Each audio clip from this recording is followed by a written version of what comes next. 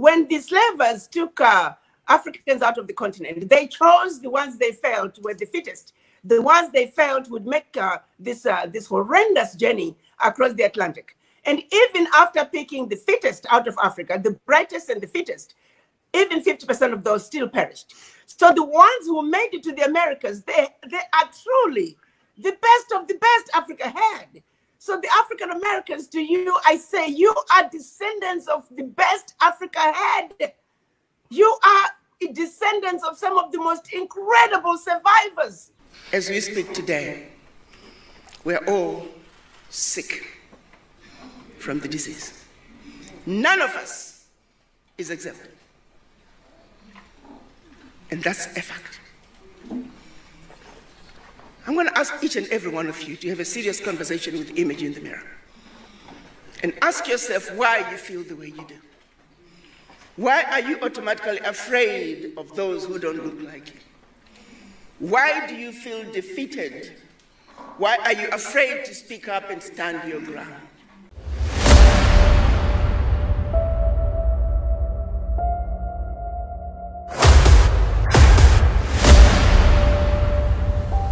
This is the journey to one Africa. African Americans are considering the possibility of moving to the continent. More and more African Americans are trying to do business with nations on the continent and other business people on the continent. More and more African nations are expressing solidarity and creating policies and programs that will further overturn the vestiges of colonialism and white supremacy. So today we're in for a treat. I am so glad. I can't tell you how glad I am to welcome one who has been at the leading edge of creating policy. She is the former African Union Ambassador to the United States. Please welcome Her Excellency, Ambassador Dr. Arikana Chihombori-Quao. I got to tell you something, y'all. I really, you guys heard her right there. Let me bring her in. Her Excellency, how are you today? Doing very well. I am so excited to be here, and I'm looking forward to a great conversation. Thank you for having me. Yes, man, it is such, I cannot tell you, I feel like doing my happy dance right now that you are here. Me and you both. Yes, it's interesting. We played an interview that you did with Voice of America, and there were some comments that said, they did, our audience is 99.9%. Well, I don't know the percentage. Okay, 99% African-American. We are unapologetically Black here at this coffee conversation. And there were some people who did not know there was an African Union. So let's start there before we get into the meat of the matter. Talk about the African Union and what that august body is all about. August body was originally named Organization of African Unity, which was created in 1963, soon after the majority of the African countries had attained their independence from the former colonizers, who were Britain, France, Germany, Italy, Spain, Portugal, Belgium. And they came to the quick realization that these little bitty countries that we were designed to see to it that Africa and her children are forever defeated and dominated. That, like the United States of America, the only way to survive is for Africa to come together and speak with one voice. So when they met in 1963 in Addis Ababa, Ethiopia, the idea was to create what we would have considered the United States of Africa. They failed to reach a consensus because when they went to Addis Ababa, they were divided. NATO was at full force. This unity is something they did not want to see happen. So the two groups that went to Addis Ababa, Ethiopia, were the Casablanca group, who were 7 countries who said Africa for the Africans, African Union now. Those were Ghana, Guinea, Mali, Egypt, Morocco, Algeria, and Tunisia. And so they lost. The rest of the countries who attended the summit were the nationalists who said, let's go slow. So since 1963, Africa has been on a quest to create an Africa that spoke with one voice, particularly when it came to issues of trade with other nations around the globe. As little bitty little countries, Malawi cannot negotiate with the United States of America, but that is the situation today. Togo cannot negotiate with China, but that is the situation today. So realizing that as individual African countries with the same sovereignty on the world stage as the big boys, there is no way that Africa can win. So the African Union, OAU, was renamed AU in 2002. But this has been over 56 years of the African nations trying to come together so we can speak with one voice. That is still work in progress. African Union is an organization that is made up of all the African countries in Africa today, which is 55. The Sahrawi does not have the voting rights, but that's another different conversation. In a nutshell, we have 55 African countries who meet twice a year, African leaders, to discuss issues pertaining to the continent.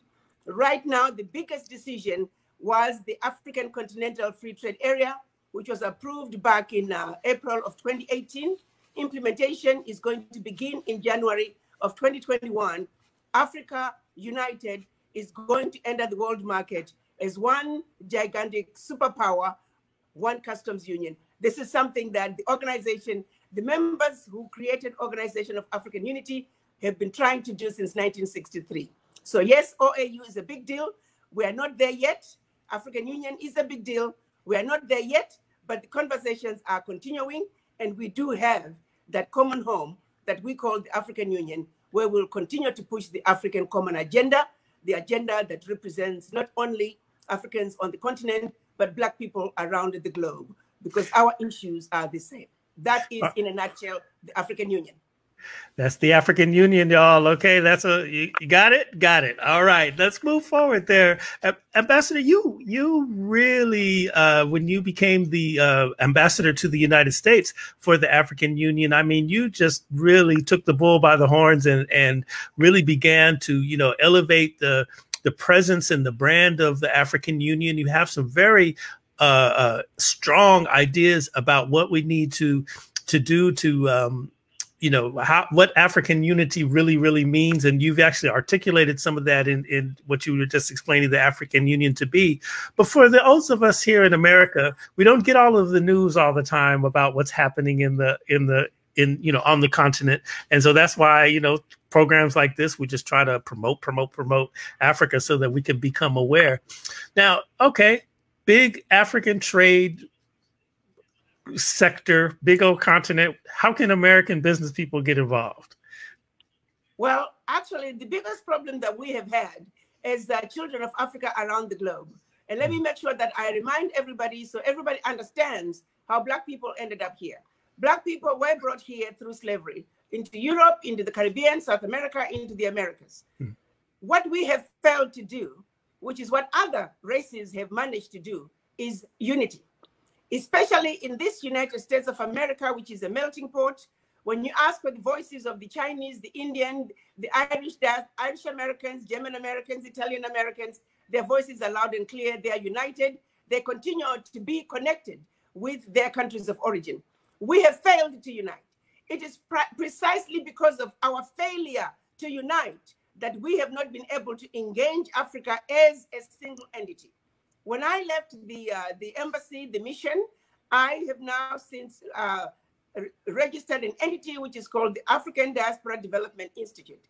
This is with the realization that we must have one entity that can represent all people of African descent, where we can say collectively, we are ready to take that space that has our name, because without the African diaspora, which are all people of African descent living outside Africa, the development of Africa, the development of the building of a sustainable Africa is not going to happen. It is going to happen in a very disjointed way, the same way it has occurred in the past several centuries, where it is being built initially by the Europeans, who only built roads that took the mineral resources out of the country, railways that took the mineral resources out of the country. They were not development that was designed to improve the lives of the African. Now we have the latecomers who are the Chinese. They're all extracting and taking whatever they can take out of Africa. Until the children of Africa take their rightful place and begin to build the Africa that we want, sustainable development of a meaningful Africa is not going to take place. With that in mind, we have the African Continental Free Trade Area that's going to be launched in January of next year. The reality is the Chinese have an agenda for how they like to see Africa developed to their benefit.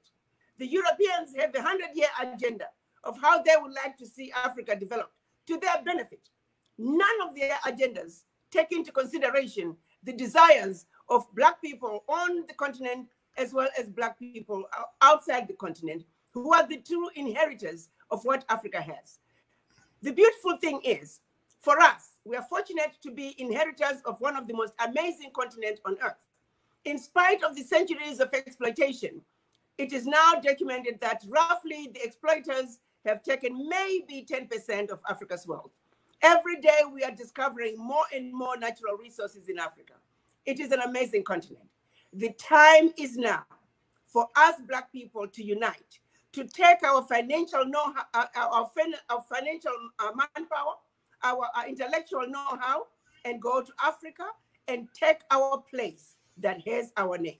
It will be a very sad day when a Black man can be taken to Africa led by a Chinaman. It will be a very sad day when a Black man can be led to go and participate in the continental development agenda by an Indian, by a Mexican, by a Russian, by a Japanese, by a European. Because the truth of the matter is, you don't see a Black man leading a Chinaman to China.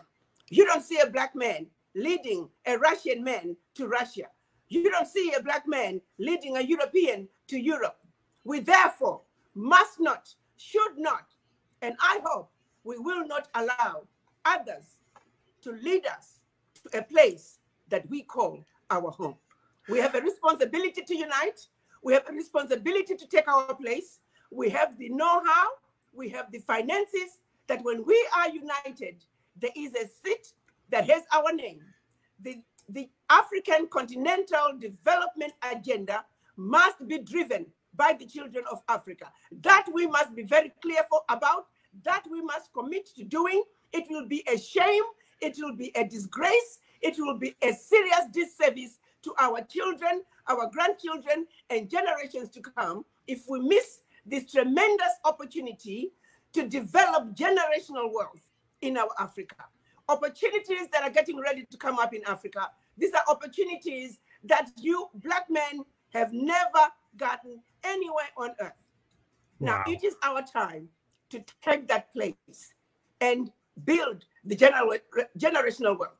It is our time to go home and take and claim our inheritance. If we miss this boat by failing to unite, we have no one to blame but ourselves. All right. So, let me ask you two questions. Well, let me ask you one question at a time. So, all right, there are still African Americans who are, quite honestly blinded by the propaganda that they've seen on what Africa is, and then there's those who there's a chasm between African Americans and Africans here in the United States.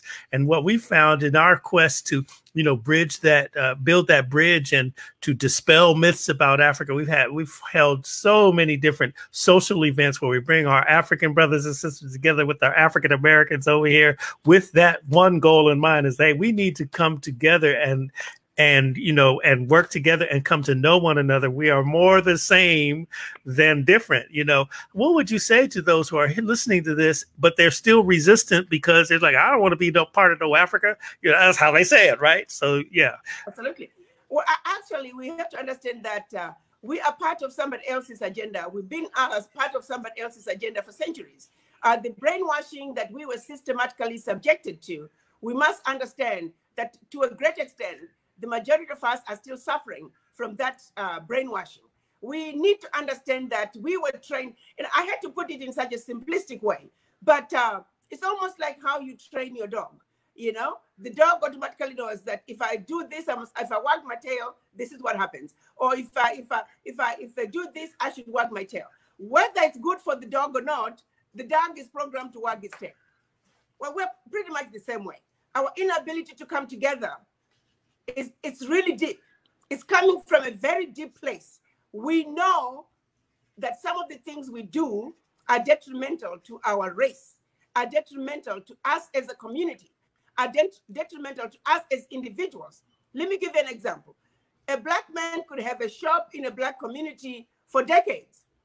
And the minute a Chinaman comes to open a shop in the same neighborhood, the minute a white man comes to open a shop in the same neighborhood, we are going to walk right past the Black man and begin to patronize the Chinese and the white man.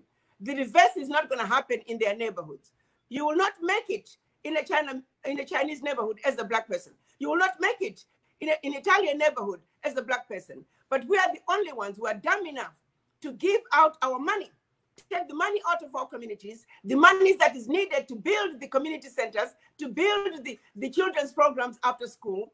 We are quite comfortable letting that money out of our communities simply because we don't want to unite. We have been programmed to not respect anything that has to do with us. We know it's wrong, but somehow we can't seem to be able to get ourselves to take the next step to do the right thing, to just believe in each other, believe in ourselves, and also to say, while I may not be doing this for myself, I owe it to my children, I owe it to my grandchildren. That kind of thinking was disrupted from us. We were only programmed to just think about me and today and tomorrow, and that's it.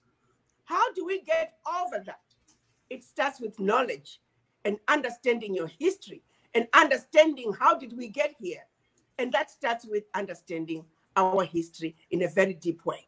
I have many African American friends of mine. Over the years, we've gone from some who say, well, you continental Africans, your suffering was not like ours. We suffered more than you did.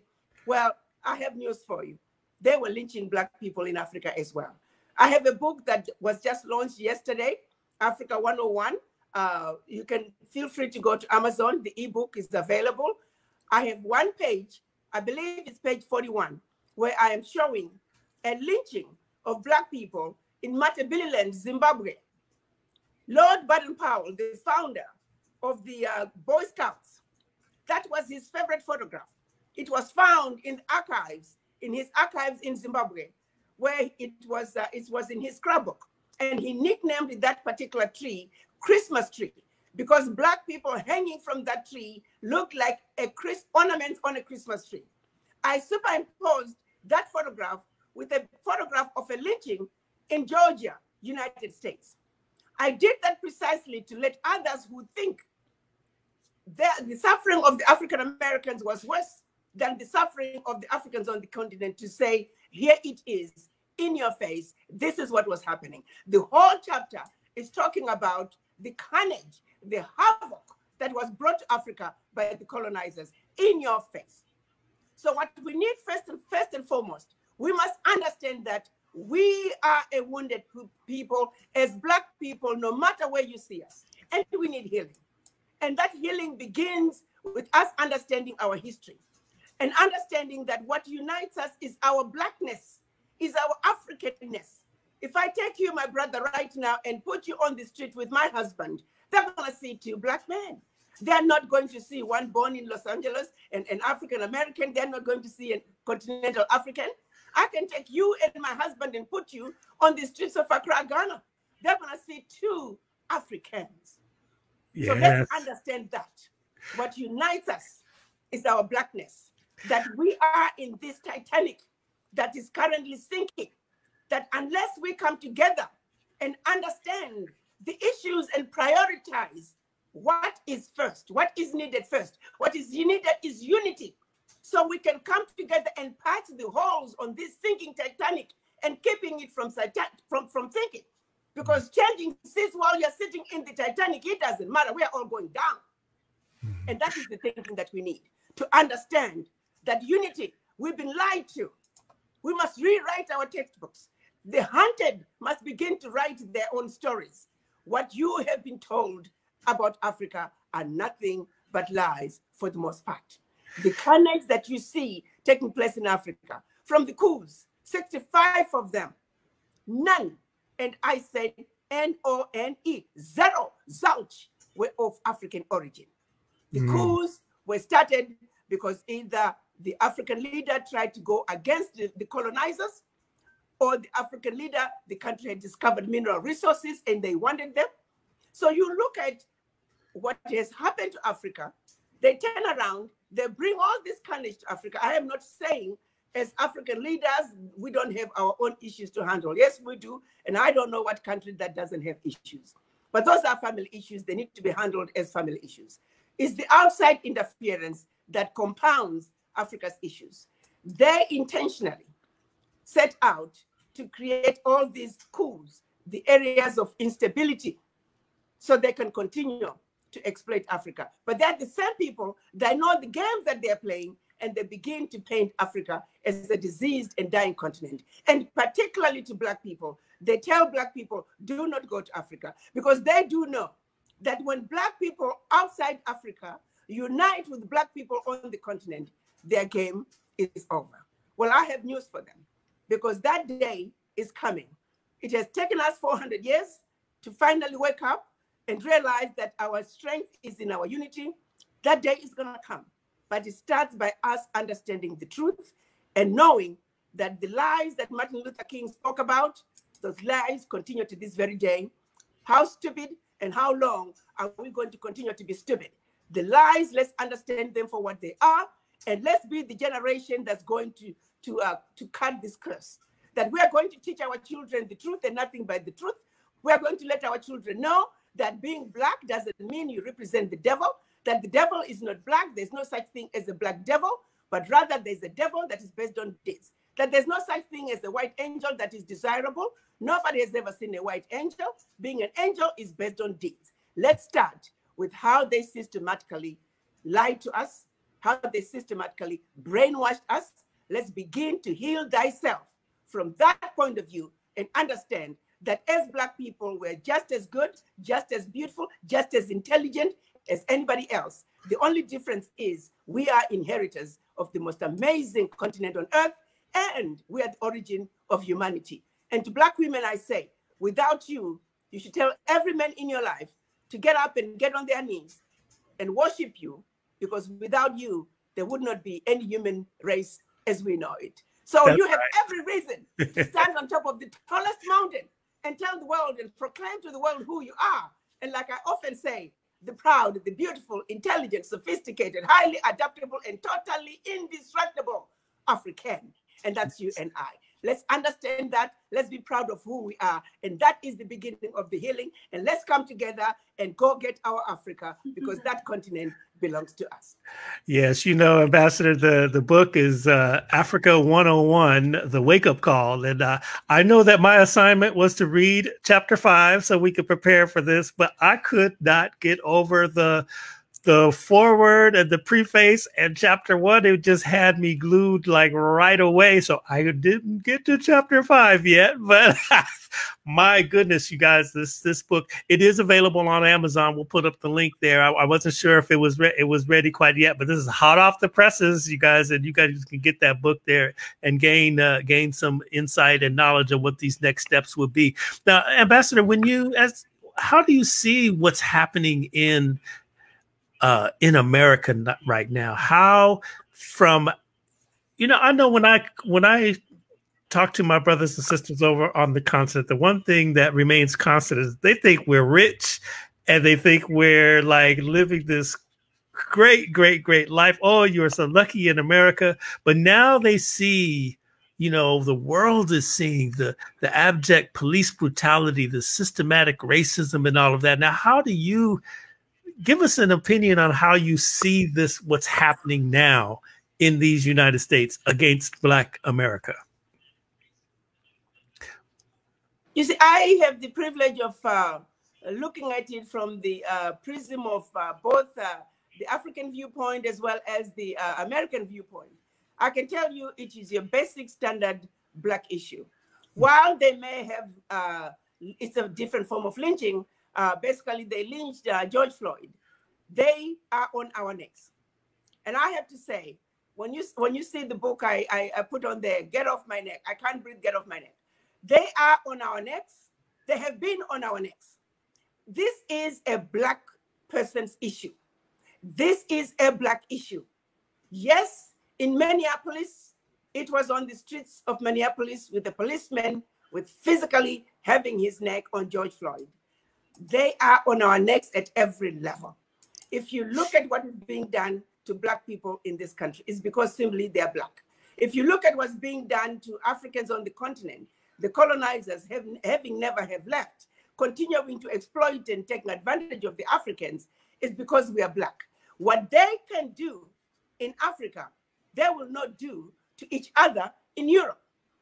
I often say, in our case in Africa, you have somebody in your house eating your food that you would have prepared for them, and then after that you go under the table and you wait for them to drop off a few crumbs. And while you're under the table, they want to have a diplomatic conversation with you. How? You are under the table. You're waiting for them to drop off crumbs. They say, let's have a diplomatic conversation. No, until we are all on the table. When you are, one day we meet at your table, tomorrow we meet at my table. Until we are at that level, there is no diplomatic conversation here. You have the liberty to have a diplomatic conversation with fellow European countries because you are equal. You view yourselves as equal. But when you come to Africa, you don't view us as equal. And you give us these trade policies that are so unfair, almost criminal sometimes, and you see nothing wrong with it because you are dealing with Black people, because we're supposed to be glad that the white man is coming to talk to us. We're supposed to be grateful that they're giving us these peanuts. It's the same disrespect. When that policeman was kneeling on George, he did not see an equal human being. He saw a subhuman. That's why it never bothered him. The issue of George Floyd, the issue of the systematic lynching in a different format that is going on, it is an issue of Black people. Let's understand it for what it is, because it's taking different shapes, it's coming in dressed in different clothes, but at the end of the day, it culminates to the continuous suffering of Black people, no matter where you find us. It culminates to a disrespected race, wherever you find us around the globe. It summarizes what has been going on for centuries since the white man, 600 years ago, first set foot on our beloved continent of Africa. This is squarely a Black issue. Let's look at it for what it is and fight it viciously from every angle. It is racism that has no place on earth, plain and simple, no matter where you encounter it. So whether it is happening in the United States, it's happening in Africa, in the Caribbean, in South America, it is abuse and mistreatment of Black people. It is abuse and treatment of Black people as subhuman. It has got to end. And we Black people must understand one thing. Those who set out to dehumanize us, naturally, you don't expect them to change. They're simply being bullies, guys. Let's call it what it is. A bully will continue to bully you as long as you don't stand up and say, stop it, it's over. That's all we got to do as Black people. We are coming from the point of righteousness. We are the victims. And all we have to do is stand up. How long are they going to continue to just burn us? They just keep burning us with a hundred. They just keep burning us. And we keep saying, ouch, and we keep saying, ouch. How long are we going to continue keeping on saying, ouch, before we say, stop it? That is what is needed. We must stand up. We must let the world know that what they have been subjecting Black people to, the game is up. They need to stop it. Enough is enough. All right. So listen, it's interesting. I'm a deeply reflective man on a spiritual level. And I was, thinking about, you're finding more and more people showing their racism on social media and video. And then the people come out and they apologize, and it's supposed to be like just over. Right. And so I was watching the argument about the brother who the white lady called the police on him in Central Park, and he doesn't want to participate in the, he doesn't want to testify against her because he feels like, you know, hey, her life has been ruined already and whatever he was saying. He's turning the other cheek, in other words. Okay. And I was just kind of contemplating on that. And I see, you know, and watching all of the arguments going across social media about this brother and his choice to just kind of remove himself from the controversy. But I say, you know what, they really look at us as the terms I've heard over time is children of a lesser God. There are some people who even believe that our black skin is the curse of Cain, is the curse of Ham. It's like really, really deep-seated, the hatred for us. And you are absolutely right. We've got to take matters into our own hands and, you know, first of all, demand it to stop, but build our own with the continent. And if you choose to stay here in America, yes, here in America too, but we have to have these linkages with the African continent. You know, that's just what I have to say. Let me ask you. But you got a point right there, my brother. Let me just, you've actually said something very profound, whether you realize it or not. There are only 15 million Jews, diaspora Jews in the world, and they own this little bitty country of Israel. Many of them may never set foot on Israel, on the land of Israel. But they know that Israel is home and that they can go to Israel wherever they want. All other races in this country, Chinese American, German American, Italian American, Irish American, they know that Germany is home, Italy is home. They can trace themselves to the villages where they come from in their countries. Why has that not been awarded to African Americans? Now that one falls squarely on the laps of the Africans. African Union should have done something about the children of Africa in the diaspora. It is anchoring, it is stabilizing, and every human being on earth must know where they come from. I have never imagined living in this world and not knowing where I come from, not knowing where my name comes from. To know that your history is a history of pain and can only be traced to the last slave master, or rather slaver. How can that be allowed? And that is the situation African Americans find themselves with no hope. I know where I come from. I can take my name. With my name, you can trace me to my village in Zimbabwe where I come from. Why can't that be done for African Americans? We owe it to ourselves. We owe it to make sure the children of Africa, just like other people in the United States, Black Americans must know where they come from. And we are on a mission as ADGI. We're going to see to it that the children of Africa are able to go back home and say, this is where I come from. We're not saying go home to Africa because somebody is chasing you out of the United States. Absolutely not. You belong here. But you also need to know that this is my other home and I can go there if I want to. That needs to be done, and we're going to see to it that it is done. Way past due, 400 years is too long. So yes, you're right. It needs to be done. You know, that's a powerful point. You know, I took the DNA test. I got it as a Christmas present a couple of years ago, and I had been organizing these trips. We go primarily to South Africa for the Cape Town Jazz Festivals. I take groups over there, and as I've gotten as I began to do that, I began to have relationships all over the continent. I can't wait to get over to Senegal. I can't wait to go over to Kenya. I can't wait. You know, I have friends over there, you know, now through my connections. But when I found out that I was from Cameroon, I mean, it really, really touched my heart. Now I'll tell the story. I have a friend, Charles and Pamela Asobo-Anchang. They are here in the United States. They're from Cameroon. I was so happy and proud that I was from Cameroon. And I went, Brother Charles, I'm from Cameroon. Are you family tribe? That's what he asked me. And I did not know. He said, well, what are you? And I said, well, I don't know. So, you know, so we have some work to do. You should take another DNA test. If you go with African ancestry DNA, they will actually tell you your tribe, because she's the only one who's been doing it long enough, and she has the largest numbers for you to be able to actually tell you what tribe in in Cameroon you're from. I can pretty sure tell you that you're probably Bamileke because that's where the majority are coming from. But I think you should check it out. It would be good to know. I'll tell you why it's important to know. You can actually now trace the history of the Bamileke people. And I think you should take it a step further to make sure you're really home. Pick up also your Bamileke name.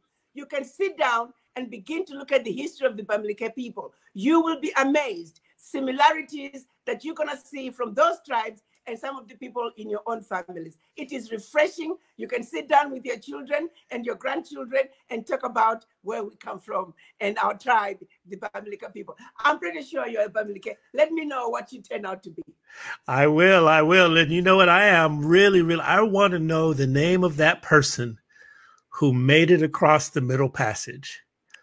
I really wish I could find out who that was, what type of person they were, and the fortitude that they must have had to survive that horrible experience from Mother Africa all the way to these shores. And, I wish that they could just look in the future and see me and see that their hopes and dreams. I have some good news to share with African Americans, and every time I say this, my fellow continental African, they laugh at me. But you got to understand that when the slavers took Africans out of the continent, they chose the ones they felt were the fittest, the ones they felt would make this horrendous journey across the Atlantic. And even after picking the fittest out of Africa, the brightest and the fittest, even 50% of those still perished. So the ones who made it to the Americas, they are truly the best of the best Africa had. So the African Americans, to you, I say, you are descendants of the best Africa had. You are descendants of some of the most incredible survivors. So for that, you should be proud because you are a descendant of creme de la creme. You must remember that. I just wanted to make sure African Americans know that. All right, so Ambassador, you got me convinced. I want to create some business opportunities, strengthen my linkages to the continent of Africa. Tell me about how can a business person or those who are interested in creating linkages with Mother Africa, how do we go about that? Where do we start? That's what African Diaspora Development Institute is about. AURADDI.org. You can go sign up. But what we are doing now, if it were not for COVID, we already have plans to go to 8 African countries where we are going to be looking at having the first right of refusal of all the projects that are within the country. And so ADDI is simply going to be opening doors and presenting those opportunities to the diaspora. COVID has just really slowed us down. But we are hoping to start back up in October if we are able to travel. Hopefully we can do at least 3 or 4 countries before the end of the year. And we're going to hit next year with a bang if COVID would allow us. We are going to be opening ADDI offices in each country. When we open the country, we are going to have, starting each office with 3 employees. One has to be African American, 1 continental African from that particular country as a diaspora, and then also 1 local person. And as we add more people, that's the complement that we are going to have, because the ADDI office is going to be truly representative of the African diaspora. So from African American, the next one will be Caribbean, the next one will be South American. But we'll make sure that we continue to be as representative of the African diaspora as possible.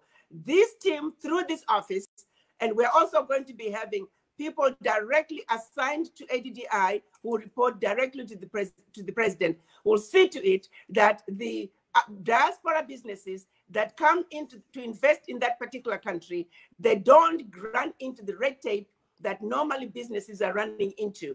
And also we want to make sure that diaspora businesses are actually made aware of the opportunities that arise. Quite often we are not in the know. We are only hearing that an airport is being opened in this particular country. I've challenged as many heads of states as I could to say, we have some of the best airport builders in the United States and their diaspora. And I use an example of the Atlanta airport.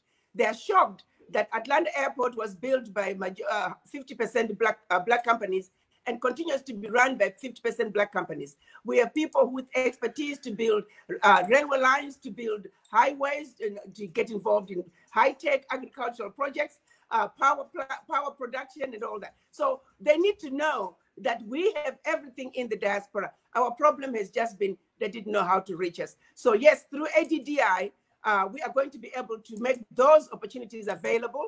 These are huge opportunities which are going to call for collaboration. So I hope that through ADDI, when you sign up, pretty soon, once we go to the first country, when we come back, we're going to post the opportunities of that country. As we open each country, we're going to post the opportunities from that country. Hopefully, the children of Africa can begin to engage and create the necessary collaborations which are needed to build the Africa we want. You know, let's circle back to something you mentioned. I mean, we notice now that China is really heavy across the continent, and you know, you were talking about our reluctance to buy from one another, and we've got to stop that. And you know, there's an old saying that says the white man's ice is colder. And you know, I was in Africa one time. I think I was in Zambia, and you know, on the little resort we were staying on. Walk by and the guy, I'm looking for some, you know, souvenirs to bring home, you know, and the brother selling says, this is made in China. He really felt like this was like the best thing ever. And it really made me mad because I'm like, dude, I'm looking for something from Africa. I don't want no China stuff, you know, and it was really, but China is really kind of infiltrated and taken over in Africa. What's your feeling about that, and why is it? Because somebody told me it's because they came in with infrastructure as opposed to military and guns. No, what do you think about that? No, my brother, let's be serious here. It's because we are not there, okay? It's just that simple. If you were there with your expertise, you would be getting the contract. Honestly, the heads of states honestly don't know how to reach us. It's just that simple. I was talking to a sister of mine. She's from one African country, and the president had just given 3 contracts of 20 megawatts of power to the Chinese. And she called me very upset and said, why is the president doing this? And I said, okay, my sister, I tell you what, if you tell me you have a group of diaspora who are ready to take even one of those 200 megawatts of power, I will call the president and see if he can give it to the diaspora. And that's when the conversation ended. I said, you cannot sit here over 10,000 miles away and shoot complaints about Chinese who are getting ready to bring electricity to 75-year-old grandmother who has never had electricity all her life. They're getting ready to bring water to a grandmother who has never had running water. They're getting ready to bring a road, a paved road, to a village that has had problems with mud and flooding. You want to sit here and say you don't want the village, you don't want the grandmother to have all those improvements in her quality of life simply because you don't want the Chinese to do it. That's ridiculous. If you are ready to go and take that contract, then and only then are you prepared or are you in a position to complain. Until you are ready to go and fill that contract, for now, you need to shut up. And that's what's needed. So the reason the Chinese are coming, they are filling a void that we African diaspora, with our know-how, with our financial expertise, should be filling. But we're too lazy, we are too greedy, we are too selfish to do the right thing, which is unite. So until we are prepared to unite and fill that void, we need to shut up. All right. Well, you know, I tell you, that's really something you have really enlightened us quite a bit here. We're almost at the end of our time. Let me ask you, we can get that book, Africa 101, The Wake Up Call. It's quite the wake up call. I hope so for everybody. And, you know, Your Excellency, I would love for you to come back from time to time here on Coffee Conversations with Greg J. This is a platform you could always count on to speak to the people. We're out here in the Los Angeles area, specifically Long Beach, California. A lot of people here from around. There's a brother online I want to acknowledge and share with you, Brother Uchenna. I'm putting his comment on there. Uchenna Nworgu has an organization called African Focus. And what they do is they are very strong with building this bridge, with overturning these myths that we mentioned earlier between Africans and African Americans. And there's a phenomenal program whereby African families who live here actually adopt African Americans, and we take on that. They give us a name, and they take on, and it's a big deal. It's a big deal. And at the end of the whole thing is a ginormous ceremony here at one of the larger hotels here in the Los Angeles area. And he's invited kings to give blessings, kings from the continent to come and give blessings. It's overwhelming, very, very emotional. But Brother Uchenna is a good friend of mine, and you should know him and link up with him, because he's been doing the work for a very long time and try to make sure that we as African Americans know about our brothers and sisters on the continent and vice versa. All right. Absolutely. We would love to meet him. I think that's a wonderful, exciting program. I think activity like that, they just really give me the goosebumps, and we need to do more of that. Yes. Thank you, my brother, for all you're doing. I actually look forward to talking to you. All right. I want to share, before we get out of here, I want to talk about can we talk about the bank? Tell the people, you wanted to, when you were building a infrastructure of economics for this exchange of African and African Americans, and you needed to get, people of substance, millionaires, to participate in this and purchase gold. Okay. Yeah. So talk about that for the people, so we can just say you mean business right here. This is really phenomenal. Let me tell you, this is, sometimes I am shocked at, and I shouldn't be shocked, but I wake up and I just find myself shaking my head to say, we are the richest people on earth. I look at people that I know in Africa. They are practically living in gold. Their homes are built in land that is nothing but gold. I know a city where I come from. When the people are paving the streets, they are digging gold. It is that superficial. That's happening in Zambia, Zimbabwe, Botswana, DRC, Cameroon, you name it.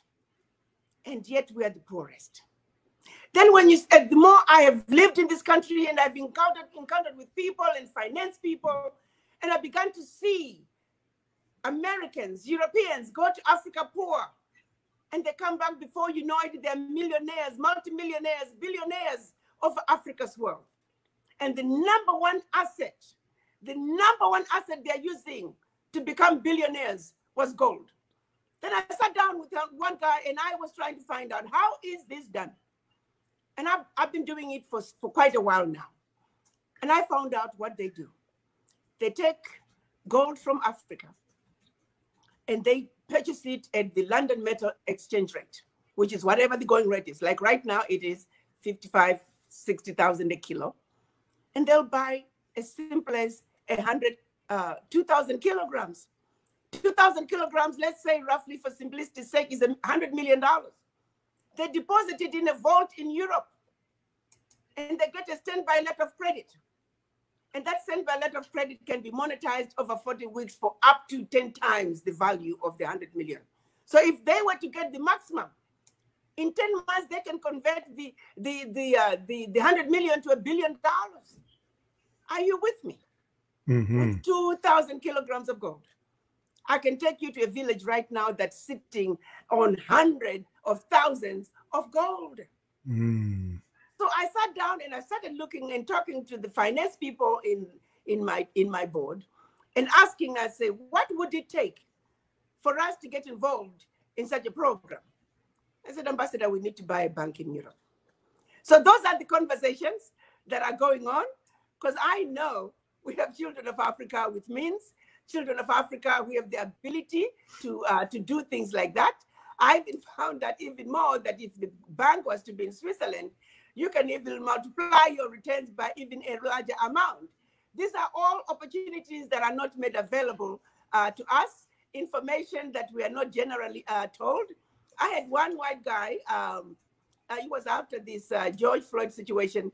He said, I read your bio, and I felt that you are the person I've been looking for. And he was preaching to the choir. I'd already had the information. But he said, let me help you help your people. He said, I know how Africa can change very easily by using Africa's own minerals. And it can be done in a very easy way. He laid out a plan. I wish I could discuss it. I'm not at liberty to discuss those kind of things. I'm not a finance person. But it is as clear as night and day. It can be that easy that we can build Africa through and through. African Union has said we only need 100 billion a year for the next 10 years to completely build out Africa's infrastructure.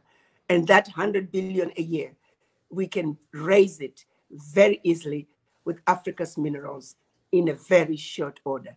And that's the conversation I'm having with people who know money, people who know how to manage this.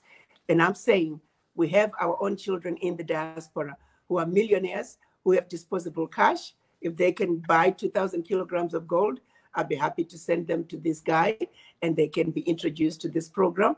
And we can begin the journey of building our Africa our way. All right, there you have it there. Africa 101. Get your chips ready. Get them up. Get them up. Let's go. Let's build these bridges between Africa and African American. It is essential, especially at such a time as this. Her book is Africa 101, The Wake Up Call. We're certainly awake now, aren't we? You know, we really have to make these moves and have to stand up for our people all over the world, the diaspora. This is what it's all about. Don't just be about us here. Yes, we got to take care of home, but at the same time, you know that there's brothers and sisters under similar conditions all over the world, and I think a united diaspora is a very strong one. Thank you so much, Ambassador Arikana Chihombori. Am I saying it right? Am I saying your name right? You are saying it right. Actually, all right. You're doing extremely well. You forgot the Quao. That's the one most people struggle with.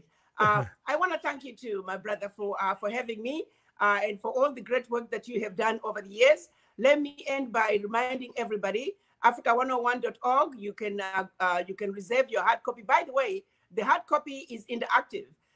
There is a barcode at the end of every chapter where you can scan and you get to listen to me. You can watch a video of me talking about the chapter, why I wrote it, and what I hope you can get out of it. There's introduction. Again, another video of me talking about what I hope you'll get out of the book. And at the end of the chapter, there's also a summary of what I hope you have accomplished. And hopefully that, and when it's all said and done, that you have woken up with the information that you now have. So our Africa101.org, but also more importantly, go over to our ADDI, OUR ADDI. ADDI stands for African Diaspora Development Institute. So our ADDI.org. We really need for you to stand up. We want you to sign up. We want to know who you are as a professional. We want to know who you are as a company. So when these contracts are coming, we want to be able to reach you. So please stand up and be counted, because your name, your voice does matter. All right, y'all. We've got that up on our screen, and we'll have it at beachcityradio.com and all of our Facebook conversations, our Facebook platforms. Thank you all so much. And I just want to, you know, Molly Bell is a woman warrior here in our local community. She's saying to you, Ambassador, be safe, be careful, and be sure to know that we are praying for you. Much love, Africa for the African. Prayer warriors, keep fasting, keep praying. The struggle continues, and always to God be the glory. There you go. Thank you so much for listening there, Molly Bell. And Ambassador, thank you so much for joining us. We're here for you, and I'll be talking to you really, really soon. And to the Coffee Conversations with Greg J, thank you all so much. It's been great. I'm striving to bring you, you know, the knowledge. We've had quite a few. Actually, every episode has been really of substance, really hitting our goal of being culturally relevant. And we just love you guys for following, and thank you for supporting us there. Somebody asked me if that was Columbusong coffee I was sipping on. It most certainly was. And Columbusong coffee, we import that one farmer direct from the mountains of Cameroon, West Africa. So y'all get that, ColumbusongCoffeeCompany.com. Love one another, y'all. Love one another. Love one another. Peace and blessings. Thank you. So what are we going to do about the educational curriculum? Because that's where it begins. They don't want us knowing our history. They don't want us knowing where we came from. Because if you are a person without a history, who are you? Where do you come from? As Africans, we are too busy running away from who we are. We don't want to embrace our Africanness. Why not? If you refuse and don't accept your Africanness, then who are you? I'm a king. Yes. So when I went to Ghana, I stayed at a beautiful hotel. When I walked into the room, right above the headboard was a humongous photograph of Queen Elizabeth. And I thought to myself, now I am going to go to bed tonight with the shadow of Queen Elizabeth hanging over me. What kind of dreams was I going to have that night?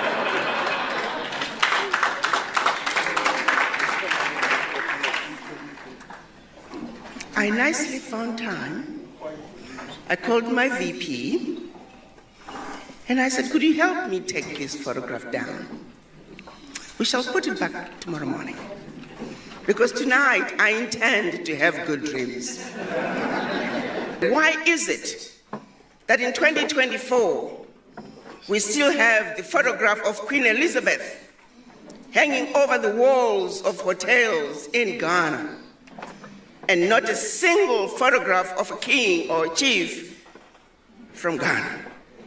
We know when it comes to West Africa, the document that African countries were made to sign as they attained their quote-unquote independence, the document that's labeled the Pact for the Continuation of Colonization.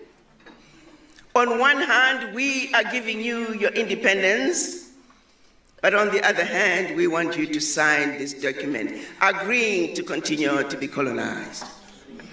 And if you choose not to sign this document, in my pocket, I have a gun that has your name. Guinea and Mali, they chose not to sign the document. That France moved into those countries, poured concrete into the sewage pipes, destroyed schools, hospitals, roads, anything that could be destroyed, they destroyed. Anything that they could pick up and take back with them to France, they took. They even took the last pencil. This was done as a way of letting the other African countries know that should you refuse to sign this document, this was the fate that awaited you. You have to give up 85% at that time of your bank reserves, deposit them with France. Those funds, once gone, they're not coming back. All your minerals discovered and yet to be discovered belong to France, and French companies had the first right of refusal. Your language of instruction shall be French. Your military can only be equipped by France. Your military can only be trained by France. You must give up control of your finances. You must give up control of your natural resources.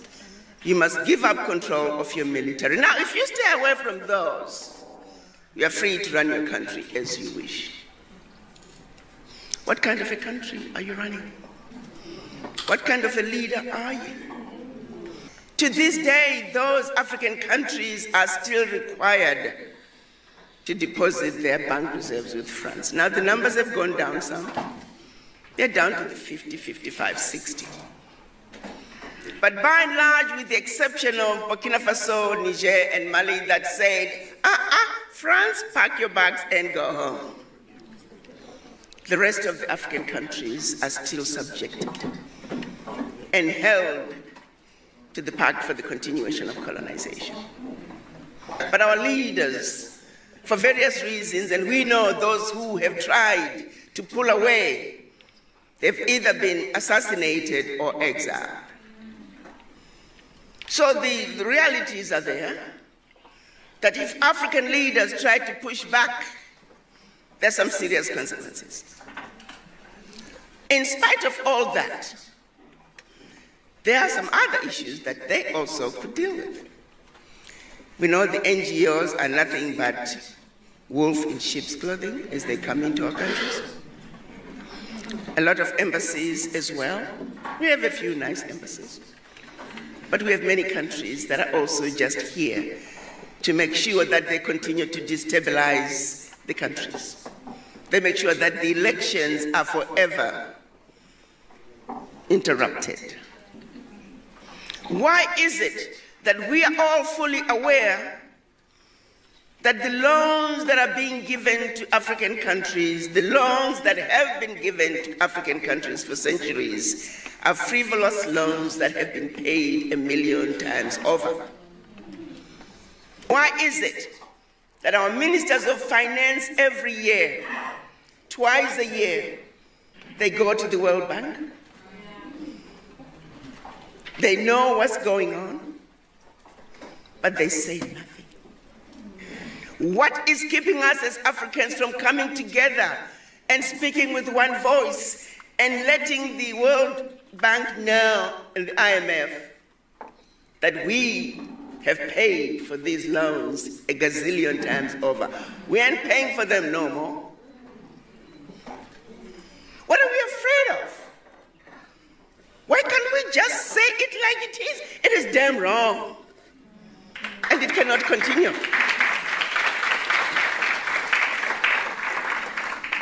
But we are afraid. You see, they defeated us where it matters the most. That even things that we have the ability to change, we are afraid of changing them.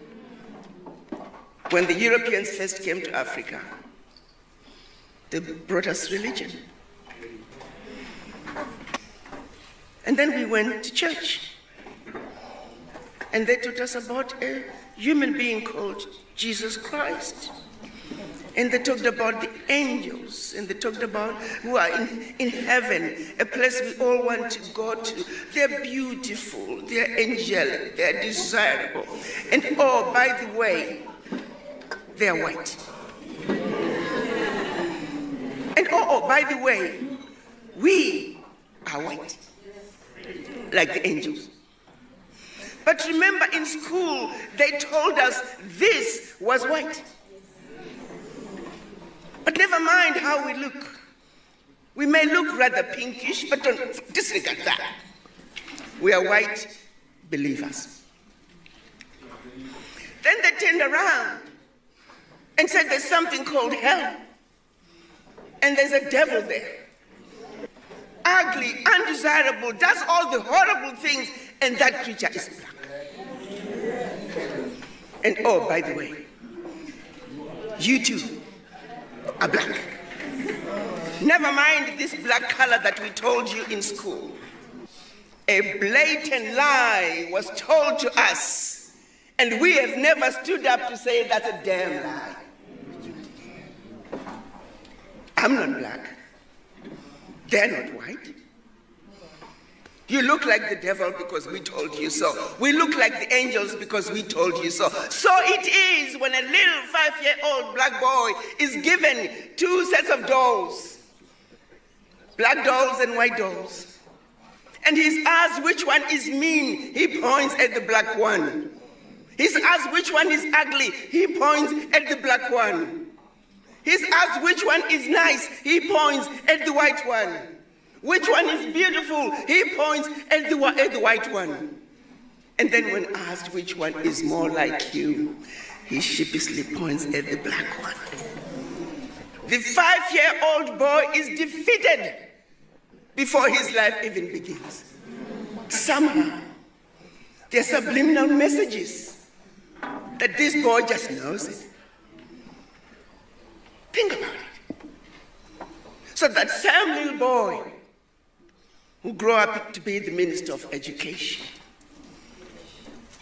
he's not going to like anything to do with him. So yes, European history is what weighs hard. African history? No. You, African educators, you don't read your own work in order to be tenured. Many professors, to be tenured, they got to write 10, 20, 30, 40 papers. And those papers can only be reviewed in Europe, in the United States, by credible universities. So I said to the professors, you don't trust each other? You are not credible? If you can't trust each other, why should we parents trust you with our children? To be tenured in universities in Africa, your work has to be reviewed outside Africa. What's wrong with having universities in North Africa send their work to Southern Africa? Universities in West Africa send their work to East Africa. But no, black professors are going to be reviewing it. It's not acceptable. They won't have the same weight. Stupidity has got to come to an end. It is filtering through to everything that we are doing. I am telling you, my brothers and sisters, we are the laughingstock of the world.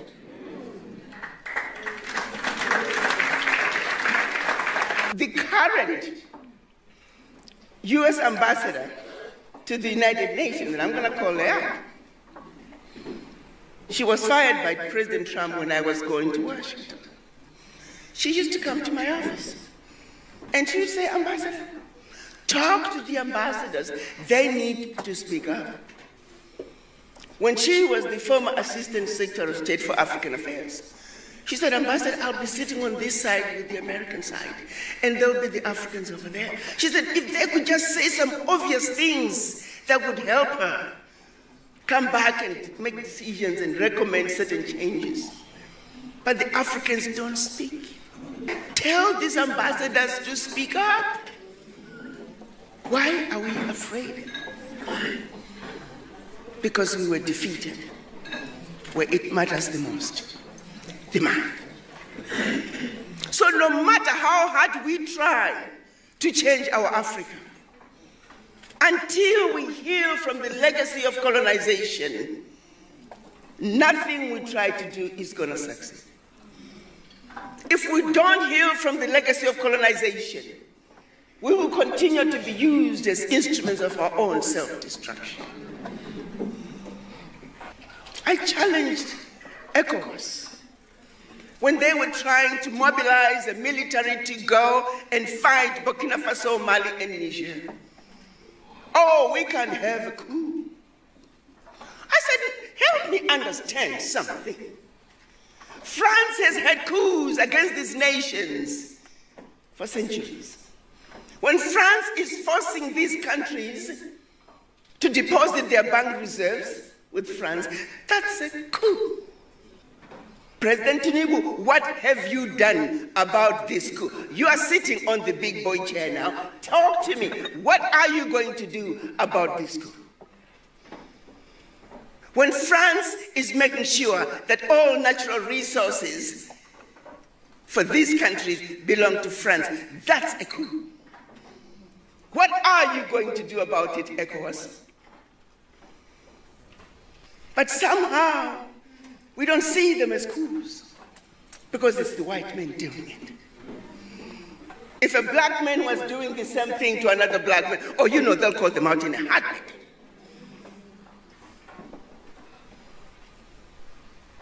We have a serious problem as Africans. We don't even realize how sick we are with this disease. We are not just sick at home. We are not just sick in the doctor's waiting room. We are not just sick in the general ward in the hospital. We are in the intensive care. As a doctor, I cannot help you unless you come to me with your complaints. At least recognize that you're sick. But most of the time, we don't even realize that we are sick. This stupidity that is going on in Africa has got to come to an end.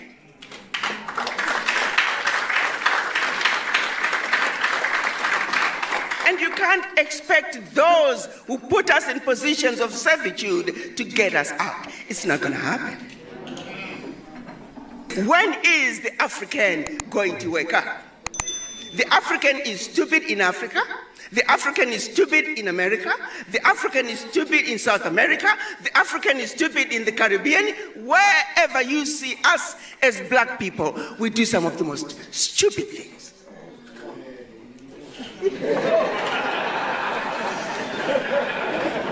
You go into neighborhoods.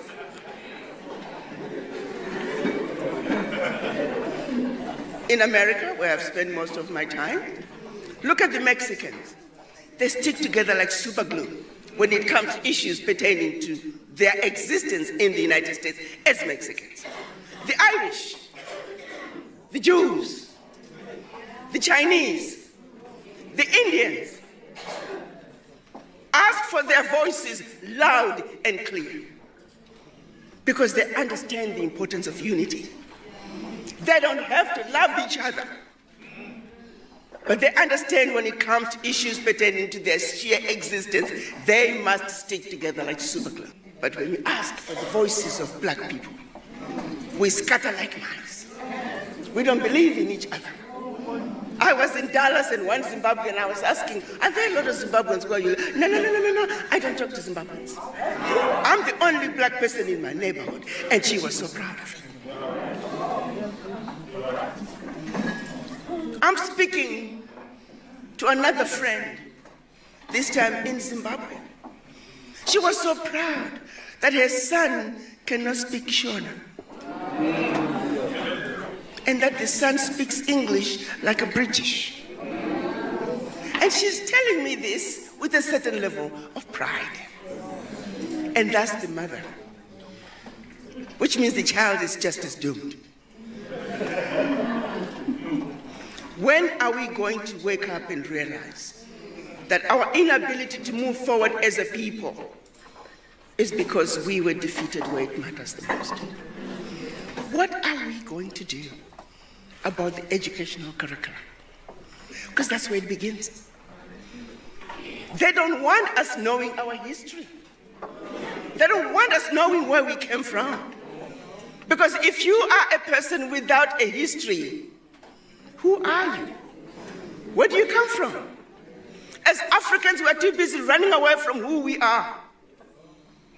We don't want to embrace our Africanness. Why not? If you refuse and don't accept your Africanness, then who are you? You can never speak English like an American. Then you don't want to speak your own vernacular. Then who are you? You are just like a ship without an anchor. The wind blows that way, there you go. The wind blows that way, there you go. And there are too many of us who find themselves in that boat without an anchor. What's happening in Burkina Faso must be supported. What's happening in Mali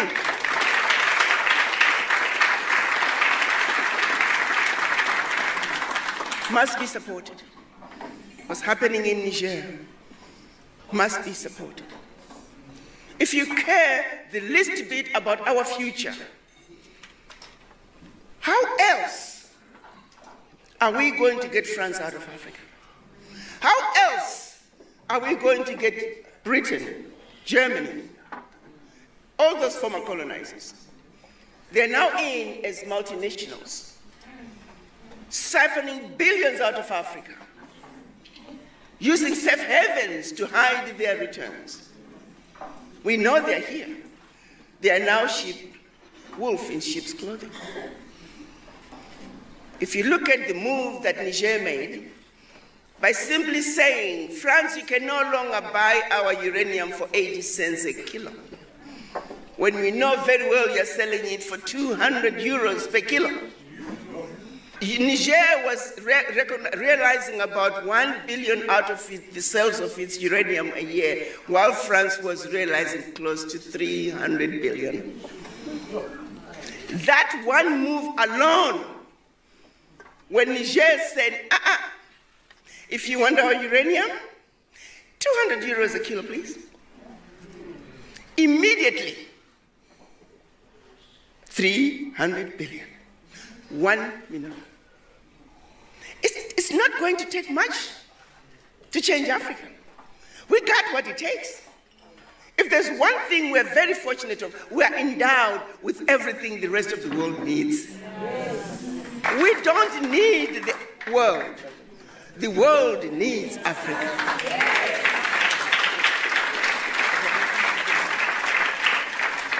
But do we really know that and believe in it and are ready to stand up and proclaim who we are? And let them know. But I've sat in meetings where I've seen ministers, America, can you help us with this? Europe, can you help us? Begging endlessly for something that we have. Whatever they are giving you is what they stole from us. And they are giving you peanuts. When are we going to stop being outsmarted by these people? They come to give you aid. You know very well that's your money. But we're so grateful. It's the same thing they're doing at the United Nations. When Africa is supposed to be at the UN Security Council as the 6th and 7th members of the UN Security Council. But you can't have veto power. So come on in, Africa. Oh, we got a kiddie chair over here for you. Sit over there, we got some cookies. Sit over there and be quiet while we take care of business. And we entertain that. Wow. What's wrong with this? What gives me hope is that we have a vibrant African youth who are saying enough is enough. We are not taking this anymore. This abuse has got to come to an end. The exploitation of the African continent has got to come to an end. As long as there's a country called Malawi, as long as there's a country called Gabon with 1.5 million people, as long as there's a country called Eswatini, Berlin Conference is alive and well. And that's where we get defeated internationally through trade. Oh, you're all equal. You are a sovereign nation, Eswatini. You are a sovereign nation, Togo. You are a sovereign nation, Malawi. So let's go to the market. You, Malawi, with your little basket, with 3 eggs, you're coming to the market. And here comes China with truckloads of eggs. I once was told that Zimbabwe thought, well, let's see if we can sell eggs to China. Let's supply some eggs. They're bringing stuff to us. Let's give them eggs. So I told the president, ask people to go do some research and see how much eggs we need to send to China. The report came back and said, Mr. President, the amount of eggs we produce the whole year, that's one breakfast in China.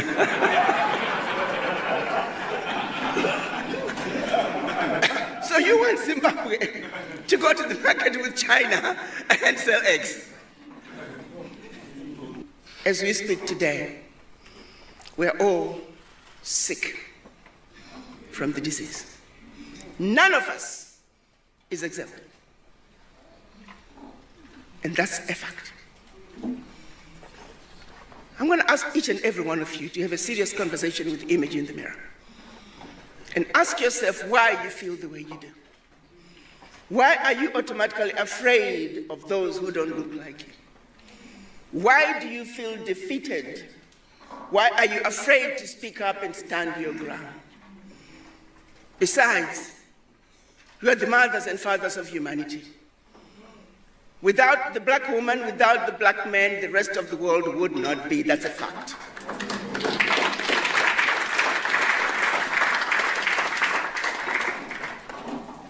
We civilized the world. They came to Africa and stole everything that they never had.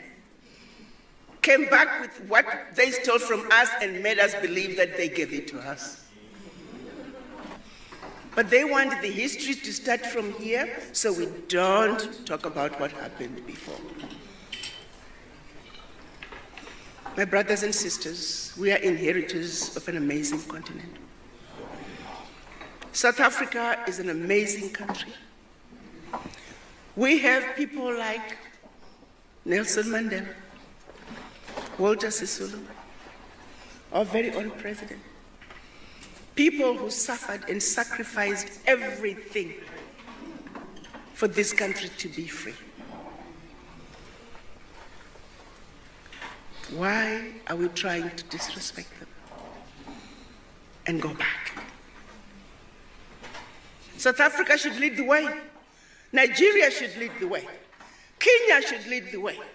We have countries that should lead the way because they have what it takes to take Africa where Africa needs to be. Leaders cannot do it alone. If we are not ready to implement those ideas and think he can do it as leadership alone, it's not going to work.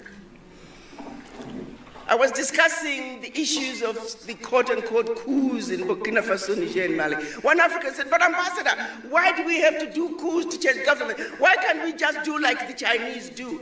I said, son, let me ask you one question. During the pandemic, the Chinese built a 10,000 square foot hospital bed in 1 week. Are you Africans ready to do that? I said, son, until you start having the mind of a Chinaman, you can never be like a Chinaman. We have some serious introspection to do. We have some serious thinking to do. We're not asking you to love each other. We simply understand. We want you to understand that while there is a certain level of camaraderie that exists in other races, there was a strategy put in place to make sure that we remain divided and conquered. Fear was intentionally instilled in us, so we will be forever fearful for nothing, but we're just afraid. Is South Africa ready? Is South Africa ready to lead the way? To stand up and say enough is enough. That we can no longer continue to be exploited. We can no longer continue to be treated as second-class citizens in our own land. The future is bright. If only we could understand that the power is in our hands. We have a bigger role to play as citizens. Let's believe in ourselves. Let's stand up for what's right. Let's let the world know that we are the inheritors of the most amazing continent. But they can no longer continue to allow our resources, our inheritance, to fund the educational systems in their countries, to fund the healthcare systems in their countries, to fund the infrastructure development in their countries, while we are languishing in poverty. And they have the audacity to tell us that we're poor people. How dare they?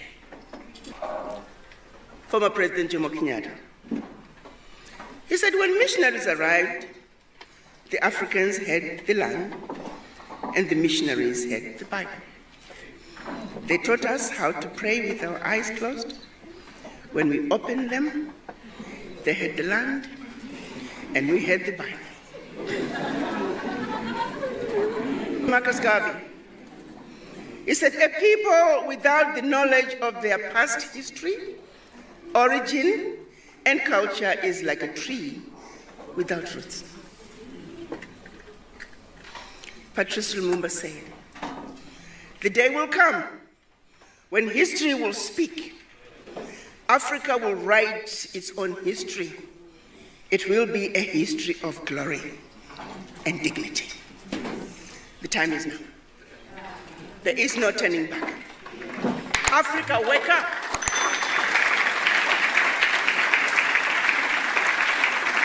We're simply asking that the world treats us the same way they would want to be treated. We are demanding a world that is just, a world that is fair, a world that is free of bigotry and hate.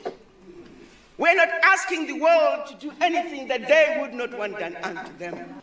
I need each and every one of you, after you've had a serious conversation with the image in the mirror, to stand up on top of the tallest mountain, look in the mirror, and tell the world that we are the proud, the beautiful, the intelligent, sophisticated, highly adaptable, and totally indestructible Africans.